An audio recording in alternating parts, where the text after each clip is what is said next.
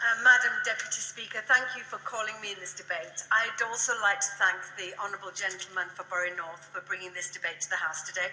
I'd also like to congratulate my Honourable friend from Birmingham, Ladywood, for her detailed and passionate speech, and my Honourable friend from Birmingham West for the determination and the clarity with which she gave her speech.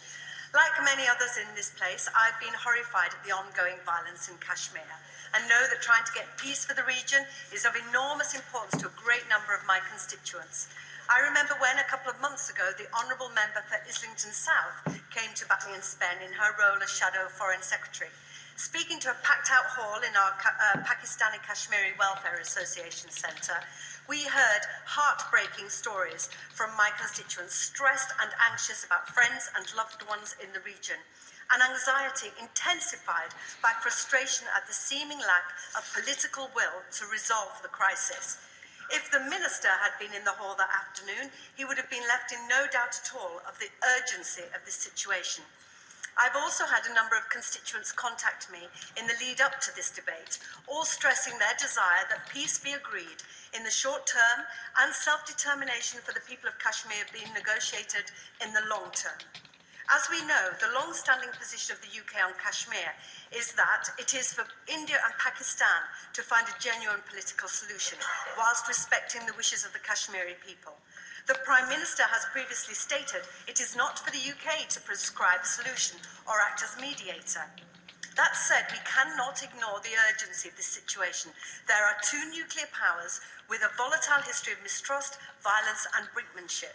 As the Minister will be aware, under the Partition Plan of the Indian Independence Act 1947, Kashmir was free to accede to either India or Pakistan. Time does obviously not permit me to give the full history of the Kashmiri conflict, but we cannot avoid the fact that there is a very clear link back to the conflicts there and the decisions made here. We have a moral duty to encourage Pakistan and India to commence peace negotiations to establish a long-term solution on the future governance of Kashmir based on the rights of the Kashmiri people to determine their own future in accordance with the provisions of the UN security resolutions. But so far, we have not done enough. The Prime Minister, for instance, had the unique opportunity to raise human rights abuses in Kashmir when she met with Prime Minister Modi in November. We have heard stated in the House the parliamentary question that the Prime Minister discussed Kashmir with the Indian Prime Minister, but sadly we've no information about what was said or agreed. We do know, however, that the Prime Minister engaged in a charm offensive to secure a lucrative trade deal with India. But my concern, Madam Deputy Speaker, is that the Prime Minister's anxiety to secure a trade deal may have diluted her comments on Kashmir. So with that in mind, I would be very grateful if the Minister could expand on what the Prime Minister raised with her counterpart and the responses that she received.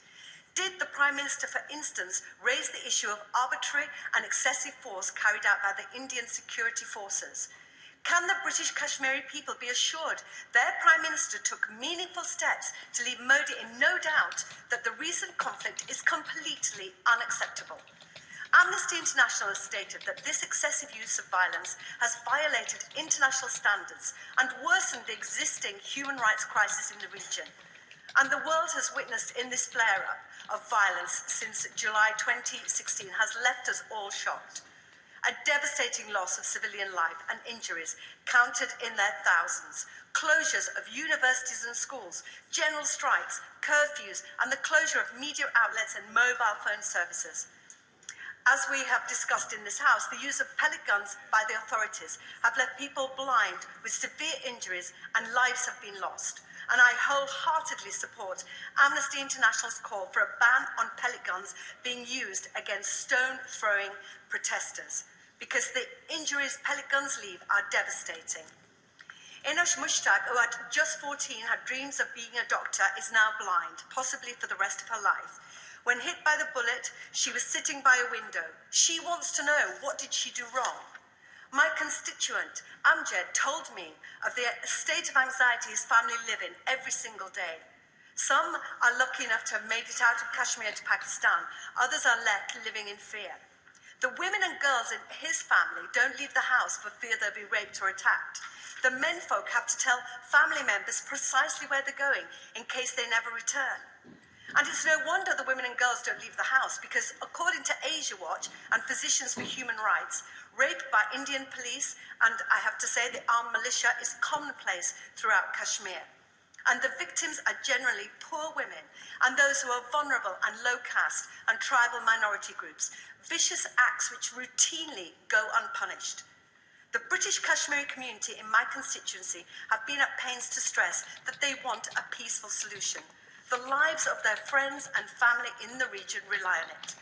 So going forward from this debate, we must continue to call on all parties to engage in meaningful dialogue to break the cycle of violence and breaches of international human rights on the Indian side of the line of control in Kashmir and seek a lasting bilateral solution to the issue of Kashmir. The wishes of the Kashmiri people must be at the forefront of those negotiations because the world is watching.